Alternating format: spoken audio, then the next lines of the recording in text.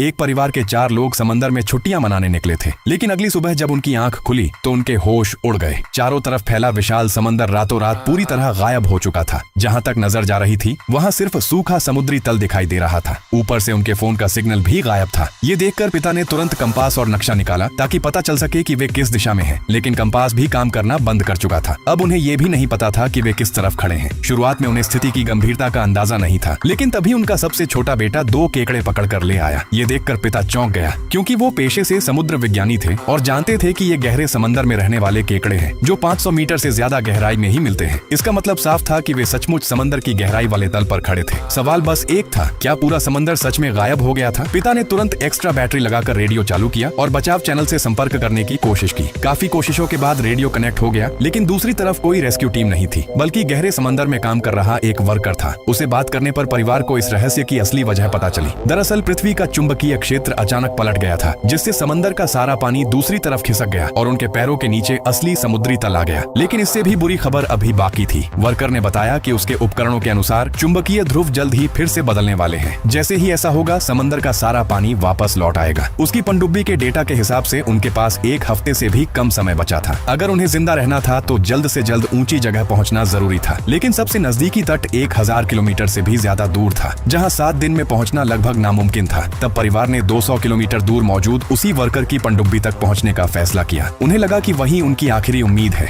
उन्होंने बिना 1 सेकंड गवाए सामान पैक किया और निकल पड़े। अब ये सफर नहीं, बल्कि मौत के खिलाफ एक दौड़ थी। लेकिन तभी दूर से एक आदमी अपने कुत्ते के साथ उनकी तरफ आता दिखाई दिया। निक को लगा कि वो भी उनकी तरह फंसा हुआ कोई बेबस इंसान है, इसलिए वो बिना हिचकिचाए उसकी मदद के लिए आगे बढ़ा। उसने देखा कि उस आदमी के पैर में चोट लगी है, तो उसने बताया कि उसकी पत्नी डॉक्टर है और उसका इलाज कर सकती है। इतना ही नहीं, उसने अपनी पानी की बोतल भी उसे पीने के लिए दे दी। लेकिन जैसे ही उस आदमी ने पानी पिया, उसने अचानक निक के चेहरे पर जोरदार मुक्का मार दिया और उसे जमीन पर गिरा दिया। अगले ही पल उसने एक हारपून उठाया और सीधा निक पर हमला करने के लिए दौड़ पड़ा।